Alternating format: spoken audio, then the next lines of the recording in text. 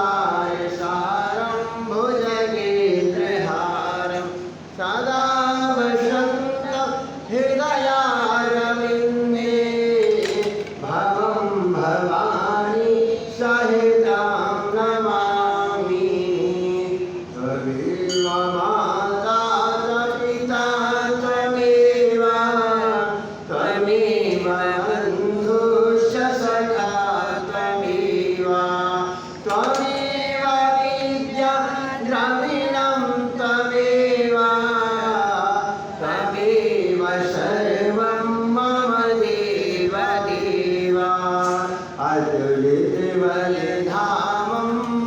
हेमशयनाभदेहं तनुजमलकिशानं ज्ञानिनामाग्रण्यं सकलगुणनिधानं वानराणामधीशं रघुपतिप्रियभक्तं वादजातं नमामि।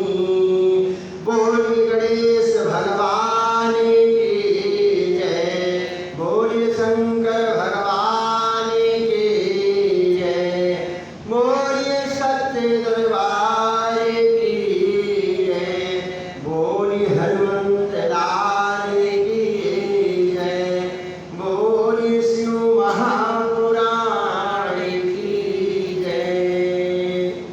भक्तों, भगवान भोलेनाथ के नाम को गाते हुए कथा प्रारंभ करेंगे। चलिए भगवान शिव के पहले नामों को गाएंगे।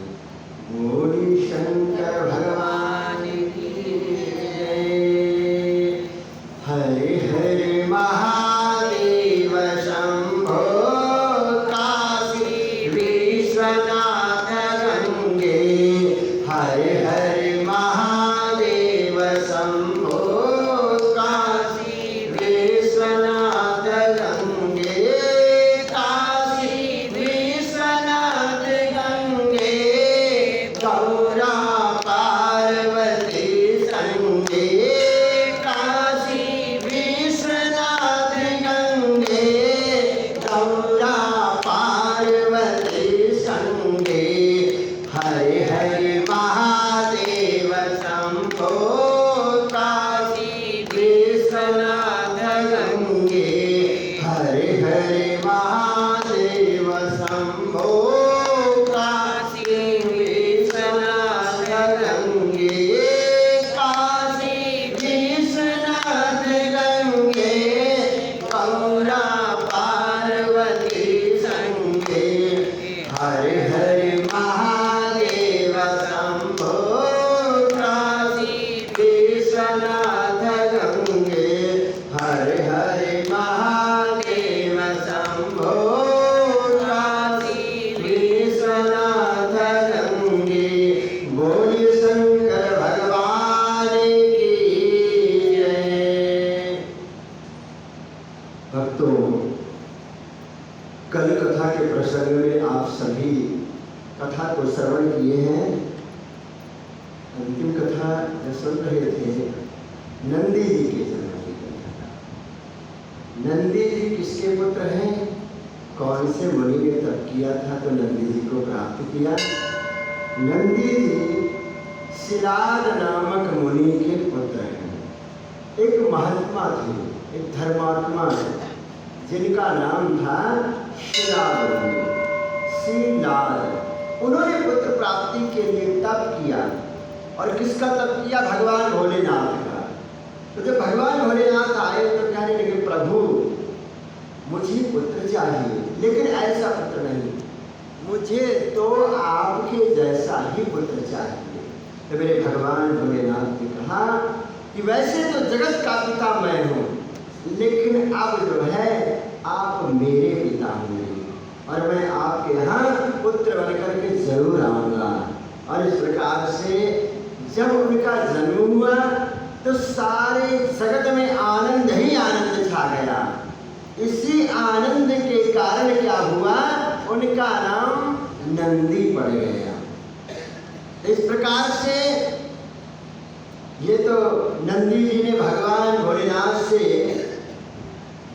वरदान मांगा कि प्रभु आपके श्री चरणों में मेरी सदा सदा के लिए प्रीति रहे, और भगवान भोलेनाथ ने उनको अपना वाहन बना लिया। और इस प्रकार से नंदी जी सनत कुमार जी को कथा सुना रहे हैं। और इस प्रकार से मैं स्वयं भगवान भोलेनाथ के श्री चरणों में बैठ करके कथा आप सबको सुना रहा हूँ। तो कहते हैं सनत कुमार जी, भगवान शिव का जो परम रूप है उस रूप का नाम क्या है? भैरव। भैरव जी नाम है। ये कैसे भैरव वाली कथा आई, ये प्रसंग बताते हैं। एक समय की बात है कि ये ब्रह्मा विष्णु ये बैठे थे सुमेरु पर्वत पर। उसी समय वहां पर ब्रह्मा जी के पास देवता लोग आए और देवताओं ने मिलकर के पूछा कि हे ब्रह्मदेव, हम ये जानना चाहते हैं कि अविनाशी तत्व है क्या जो कि सदा रहता है, तो उसके बारे में हमें बताओ। तो ब्रह्मा जी ने कहा, भैया इस संसार में मुझसे बढ़कर कुछ है ही नहीं। अहंकार आ गया। ब्रह्मा जी स्वयं अपने आप को बता रहे हैं कि मुझसे बढ़कर इस संसार में कोई नहीं है। उसी समय वहां पर विष्णु भगवान भी उपस्थित थे। विष्णु भगवान ने कहा कि हे ब्रह्मा जी, आपका जन्म मेरे द्वारा ही हुआ है और मेरे द्वारा ही ये संसार उत्पन्न हुआ है, और इस प्रकार से आप जो है ऐसा कहते हो कि मैं ही सबसे बड़ा हूँ। तो कहने लगे कि आप तो सृष्टि के रचयिता हैं और मैं पालन करता हूँ, और भगवान शंकर जी संहार करते हैं। लेकिन फिर भी ब्रह्मा जी नहीं माने। ब्रह्मा जी ने कहा, नहीं, मैं बड़ा हूँ। जब ये बात का फैसला नहीं हो पाया तो वहां पर किसको बुलाया गया? वेद। वेद कौन है? वेद कितने हैं अपने? 4 वेद। वेदों के नाम क्या है? ऋग्वेद, यजुर्वेद, सामवेद और अथर्ववेद। यही चारों तो जो है सारे मंत्र इन्हीं वेदों में तो हैं। तो ये प्रमाण देने के लिए वेदों को बुलाया गया। वेदों से कहा गया कि ब्रह्मा जी और विष्णु भगवान के बीच का ये फैसला वेद ही करेंगे। तो जब वेदों से पूछा गया तो वेदों ने आकर के कहा, सबसे पहले किसने प्रमाण दिया? ऋग्वेद ने। ऋग्वेद ने आकर के प्रमाण दिया। ऋग्वेद कहने लगा, किसका ध्यान करके बोला? भगवान शिव जी का ध्यान करते हुए ऋग्वेद कहने लगा, हे ब्रह्मा जी, हे श्री हरि, जिसके भीतर ये सारा संसार समाया हुआ है तथा जिसके द्वारा सब कुछ चलायमान होता है, जिन्हें इस संसार में परम तत्व कहा जाता है, वो कोई और नहीं है, मेरे महादेव जी हैं। ऋग्वेद ने प्रमाण कर दिया कि आप दोनों नहीं हो, साक्षात मेरे महादेव जी हैं।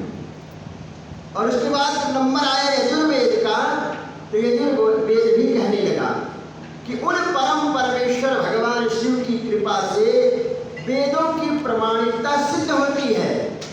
भगवान भोलेनाथ की कृपा से उन्हीं भगवान शिव शंकर को संपूर्ण यज्ञों का, योग का स्मरण करने वाला मानना चाहिए। और इस प्रकार से उसने भी प्रमाण कर दिया कि सबसे बड़ा अगर कोई है तो मेरे भगवान देवादिदेव महादेव जी हैं। इसके बाद नंबर आया तीसरा नंबर। वो क्या कहते हैं? सामवेद। सामवेद से भी पूछा गया तो सामवेद बोले कि जो समस्त संसार के लोगों को भरमाते हैं, कौन? भगवान शिव जी, जो समस्त संसार के लोगों को भरमाते हैं और जिसकी खोज करने में ऋषि मुनि सब हमेशा ही लगे रहते हैं, जिनकी कांति से, प्रकाश से ये सारा संसार प्रकाशमान हो रहा है, वो त्रयंबक महादेव जी हैं, उनसे बड़ा कोई नहीं है। इसके बाद नंबर आया चौथे वेद की। चौथे नंबर पर अथर्ववेद। अथर्ववेद से जब पूछा तो अथर्ववेद कहने लगा कि भक्ति से साक्षात्कार कराने वाले, समस्त दुखों का नाश करने वाले, समस्त दुखों का नाश करने वाले एकमात्र मेरे महादेव जी हैं। वेद के द्वारा जो बताया गया, इन वचन को सुन करके ब्रह्मा और विष्णु जी बोले, हे वेदों, देखो वेद की भी बात नहीं माना, कहने लगे हे वेदों, तुम्हारे वचन में सिर्फ अज्ञानता झलकती है, तुम्हें पूरा ज्ञान ही नहीं है। इस प्रकार से भगवान शिव सदा नंगे रहते हैं, अपने शरीर पर वो भस्म धारण करते हैं और उनके सिर पर जटाजूट है, गले में रुद्राक्ष की माला पहने हैं, सर्पों को भी धारण करते हैं। भगवान शिव को परम तत्व कैसे माना जाए, ये मुझे बताओ। तो ब्रह्मा जी और श्री हरि विष्णु की बात को सुन करके वहां पर मूर्त रूप में और अमूर्त रूप में विद्यमान रहने वाले ओंकार भी आ गए। ओंकार ने आकर के कहा कि वही तो सबका कल्याण करने वाले हैं, देवादिदेव महादेव, और वो भगवान शिव शक्तिधारी हैं, वही परमेश्वर सबका कल्याण करते हैं। और इस प्रकार से ये बात सुनकर के भी ब्रह्मा जी और विष्णु जी के समझ में नहीं आई, फिर भी आपस में लड़ते रहे। तो उस समय भगवान शंकर भोलेनाथ जी को क्रोध आया कि ये मामला शांत नहीं होगा। उसी समय इन दोनों के मध्य में मेरे भगवान शंकर जी एक विशाल ज्योति के रूप में प्रकट हो गए। बोले शंकर भगवान की जय। जब विशाल ज्योति प्रकट हो गई तो इस विशाल ज्योति का ना तो कहीं आरंभ मिला, न कहीं अंत मिला। उस अग्नि की ज्वाला से ब्रह्मा जी का पांचवा मुख जलने लगा। उसी समय कल्याणकारी भगवान शिव जब वहां प्रकट हुए तो ब्रह्मा जी शिव जी से बोले, हे पुत्र, देखो ब्रह्मा जी यहाँ भी कह रहे हैं, शंकर भगवान ज्योति रूप में आ गए हैं, लेकिन फिर भी ब्रह्मा जी कहते, हे पुत्र, आओ मैं तुम्हारी रक्षा करूंगा। तुम मेरे सिर से प्रकट हुए हो, और जब तुम प्रकट हुए थे तो तुमने रोना आरंभ कर दिया था, इसीलिए तुम्हारा एक नाम हमने रुद्र भी रखा है। भगवान शिव को आप जानते होंगे, रुद्र भी उन्हें कहा जाता है, रुद्रावतार जो है। हनुमान जी भी क्या है, ये भी रुद्रावतार है, ये शिव जी के अवतार हैं। हनुमान जी साक्षात शिव जी के अवतार हैं। ये कथा प्रसंग आती है, और कब आती है, ये उस समय रामावतार में जब अत्याचार बढ़ गया था, भगवान अवतार लेने की बात मान चुके थे कि अब हम आएंगे धरती पर, राक्षसों का अंत करेंगे, धर्म की स्थापना करेंगे। उस समय भगवान शंकर जी ने कहा, देवी मैं तो प्रभु के पास जा रहा हूँ, उनकी सेवा में रहूंगा। तो भगवान भोलेनाथ जी कहने लगे, मैं तो जाऊंगा, लेकिन कैसे आए? उन्होंने क्या किया, पूरा शरीर बानर का बनाया, यानी बंदर का, बानर का जब रूप बनाया तो माता पार्वती जी से कहा, देखो मैं जा रहा हूँ, मेरा रूप कितना सुंदर सुहाना लगता है। तो माता पार्वती जी ने कहा, अभी पूरा नहीं बना है, अभी कमी रह गई है। क्या कमी रह गई है? पूरा तो बनकर तैयार थे, लेकिन हनुमान जी के मूंछ नहीं लगी। माता पार्वती जी ने कहा कि ये जो तुम्हारी कमी है, इसको मैं पूरा करूंगी। और माता पार्वती जी पूंछ भर करके चली आई हनुमान जी के साथ। बोले सच्चे दरबार की जय। ये 11वें रुद्र है भगवान, ये हनुमंत लाल जी। इस प्रकार से जब ब्रह्मा जी कहने लगे कि आप जब मेरे सर से प्रकट हुए तो रोना आरंभ कर दिया, इसीलिए मैंने तुम्हारा नाम रुद्र रखा। ऐसी बात सुन करके भगवान शिव भोलेनाथ को क्रोध आया।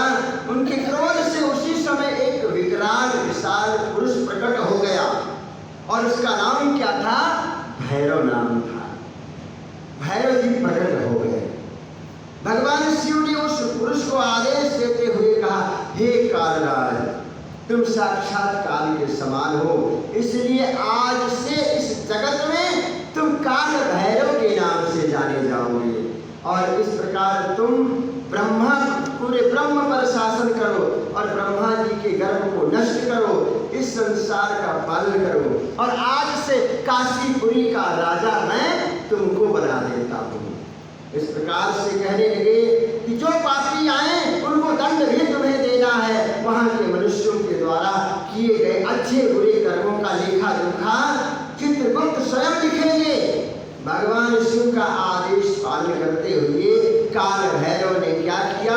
उन्होंने अपनी बाईं उंगली के अग्रभाग से ब्रह्मा जी का 5वां सिर काट दिया।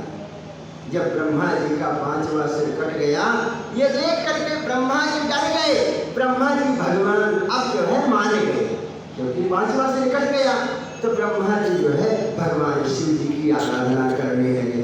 बोल शंकर भगवान की जय। उनको पछतावा होने लगा और उन्होंने ब्रह्मा जी विष्णु जी को भी क्षमा कर दिया। जब प्रार्थना किया तो क्षमा भी कर दिया भोलेनाथ ने। लेकिन इसके पश्चात क्या हुआ कि भगवान भोलेनाथ जी ने कहा, विष्णु जी, ब्रह्मा जी, ये सभी समान हैं, इनका आदर एक समान होगा। और इस प्रकार से ऐसा कह करके उन्होंने भगवान शंकर जी अपने धाम को चले गए। काल भैरव हाथ में ब्रह्मा जी का वो 5वां सिर ले करके जो है कहाँ पहुँचे? जो है काशी नगरी में पहुँच गए। लेकिन जो ब्रह्म हत्या थी वो पीछा नहीं छोड़ रही थी। वो ब्रह्म हत्या, वो 5वां सर जो काटा था उनके हाथ से ही चिपका रहता था। इस प्रकार से श्री विष्णु भगवान ने उनको रास्ते में देखा तो कहने लगे, क्या हुआ? आप तो स्वयं साक्षात भगवान शिव के अवतार हैं, आपके हाथों में ये कैसे जो है सर लगा हुआ है? तो काल भैरव को इस प्रकार भिक्षा मांगते हुए जब देखा तो श्री हरि विष्णु ने प्रश्न किया, भगवान, आप तो तीनों लोगों का राज्य प्रदान करने वाले हैं, आपको भिक्षा मांगने की आवश्यकता क्यों पड़ गई? तो काल भैरव जी बोले कि हे श्रीमन नारायण, मैंने ब्रह्मा जी के 5वें सिर को काट दिया और इस प्रकार से अपने प्रायश्चित को, अपने पाप को क्षमा करने के लिए मैं घूम रहा हूँ कि कहाँ जाकर के ये मेरा पाप क्षमा होगा, क्योंकि हाथ से वो सर गिरता ही नहीं है। इस प्रकार से वो कहाँ पहुँचे? भगवान विष्णु जी ने लक्ष्मी जी को इशारा कर दिया कि इनके कमंडल में कुछ डाल दो, क्योंकि भिक्षा लेने आए हैं। तो मनोरथी नाम की विद्या माता लक्ष्मी जी ने कमंडल में डाल दिया। इसके बाद भी विष्णु भगवान ने देखा कि वो भैरव जी के पीछे पीछे ब्रह्म हत्या चली जा रही है। लेकिन क्या हुआ? जब काशी में पहुँचे तो वो सिर जो है हाथ से छूट करके गिर गया ब्रह्मा जी का 5वां, और वहीं पर पाताल में समा गया। पाताल में जब वो समा गया ब्रह्मा जी का सिर, तो जिस स्थान पर काल भैरव जी के हाथ से ब्रह्मा जी का 5वां सिर गिरा था, वो स्थान किस तीर्थ के नाम से प्रसिद्ध हुआ? उसे कपाल मोचन तीर्थ कहा जाता है। कपाल मोचन तीर्थ। और इस प्रकार से कहते कपाल क्रिया सभी की होती है। जब अंतिम समय में हमें अग्नि संस्कार होता है सभी को, तो बांस का एक डंडा होता है, उसी से सर पर, तो वैसे तो लगाने की प्रथा है, लेकिन कहते हैं मारो, यहाँ पर 5 बार सर पे वो लगाया जाता है। तो घर वाले ही लगाते हैं उस बांस के डंडे से। तो भैया फिर घर वाले कहाँ अपने रहेंगे? वो तो बांस का डंडा चलने पे भी लगा रहे हैं, हमको नहीं छोड़ रहे हैं, फिर भी ये ममता नहीं जा रही, उसी घर वाले के लिए ही मरते रहते हैं। अरे भगवान में अच्छे ध्यान लगा लो, कल्याण हो जाएगा। जिस लिए हम सभी आए हैं वो काम कर लो, क्योंकि घर तो यहीं रह जाएगा। लेकिन फिर भी माया नहीं छोड़ती है, घर की याद सताती रहती है। सत्संग में जितनी देर बैठेंगे बस उतनी देर का वैराग्य आएगा, उसके बाद फिर वही माया घेरे लेनी है। बस तो इस प्रकार से कहते हैं कि उस स्थान पर अगर जाओ तो अपने पितरों के नाम का तर्पण वहां जरूर कर देना, क्योंकि अगर वहां पर आपने अपने पितरों के नाम का तर्पण किया है तो अवश्य ही पितृ सारे तर जाएंगे। तो भक्तों, इस प्रकार से आज आप सभी ने काल भैरव अवतार की कथा को सुना है। नृसिंह लीला प्रसंग हम सभी कल के प्रसंग में सुनेंगे। आज की कथा को यहीं पर विराम करेंगे। भगवान भोलेनाथ की इच्छा से उनके नाम को गाते हुए कथा विराम की ओर चलेंगे। बोल शंकर भगवान